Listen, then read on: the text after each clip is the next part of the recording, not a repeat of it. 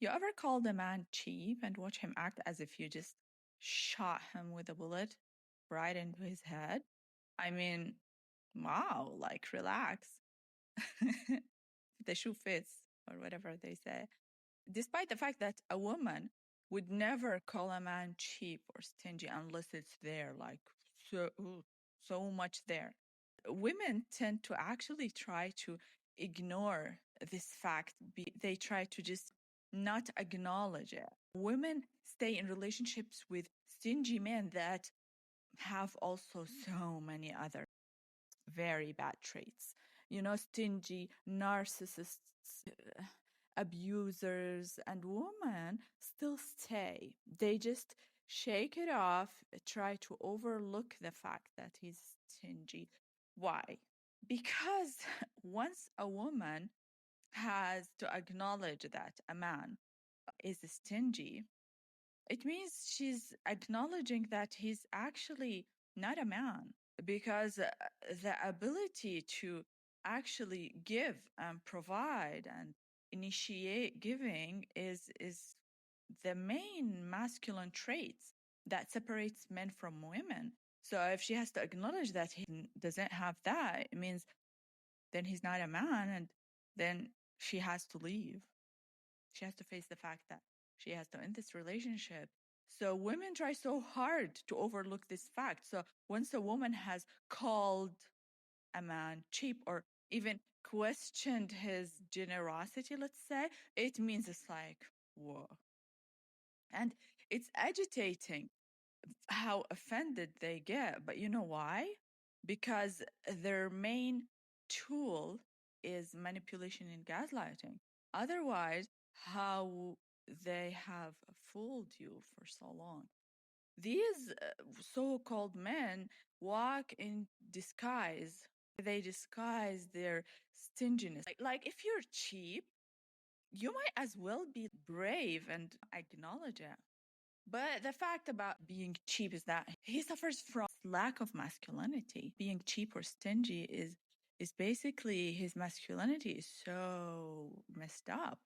He's very close to the other side of the spectrum, so far away from masculine energy, so far away from being a man, very far away. So it's not fair for us to ask him to be brave, because also bravery is a masculine trait. So if he's stingy, he's a coward by default.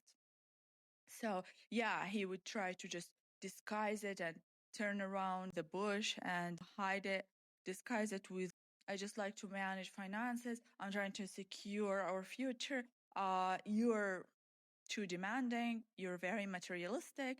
That is really very confusing, because women are trained to obey and listen and be resilient. So she starts questioning herself, her perception of things. Am I really asking him for too much? Am I burdening him? And it takes her usually years to just see the truth. And when she sees it and tries to speak up, maybe he will change, maybe he will adjust his behavior. Of course, that will not happen. So he freaks out because he's exposed.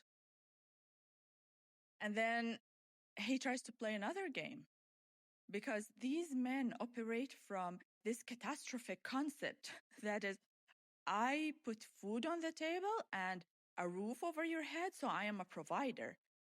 Well, no, that's not providing. You're living a decent life. That's not a decent life. Food on the table and a shelter is not a decent life. That's basic survival, and animals do it. And she can get it at a shelter without having someone wanting her to be thankful and appreciative for it.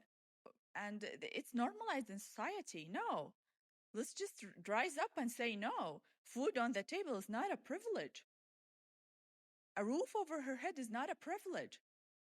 She can get that without being indebted for it.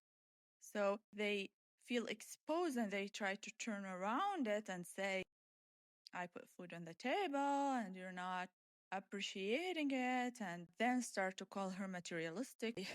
you know, for a woman to be provided for, she has to be living in a state of relaxation, peace, security, where she doesn't have to worry about the money. Not every time she needs to buy something, she starts calculating and worrying and figuring out ways how to ask him to. That's not providing.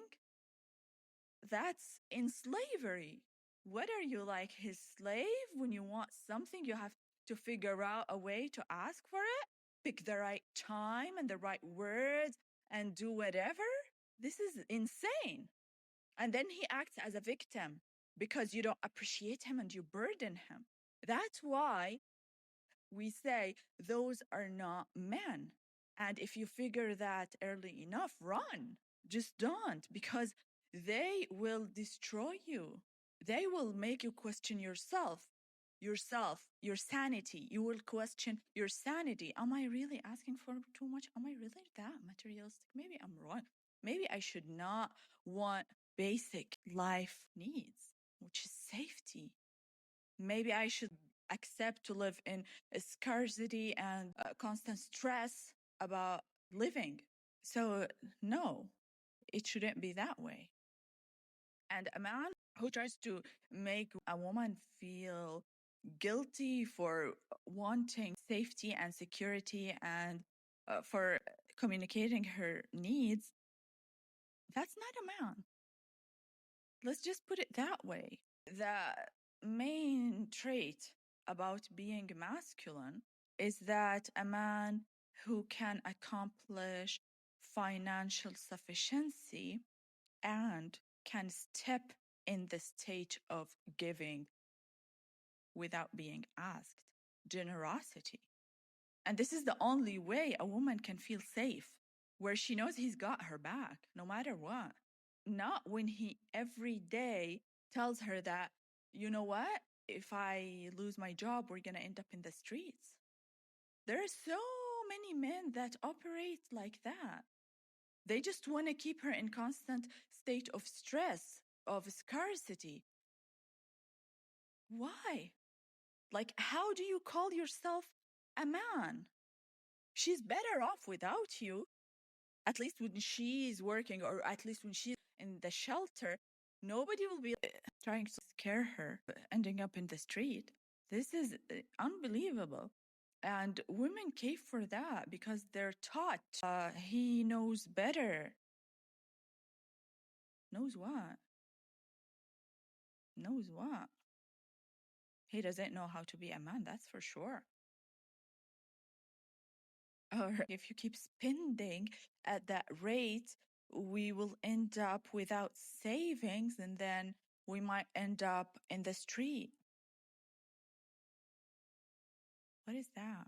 So-called male that is always complaining about the economy and how everything is expensive and how he can't afford stuff is just a broken boy. And a woman should not have to deal with that kind of energy. She doesn't have time to entertain broken boys.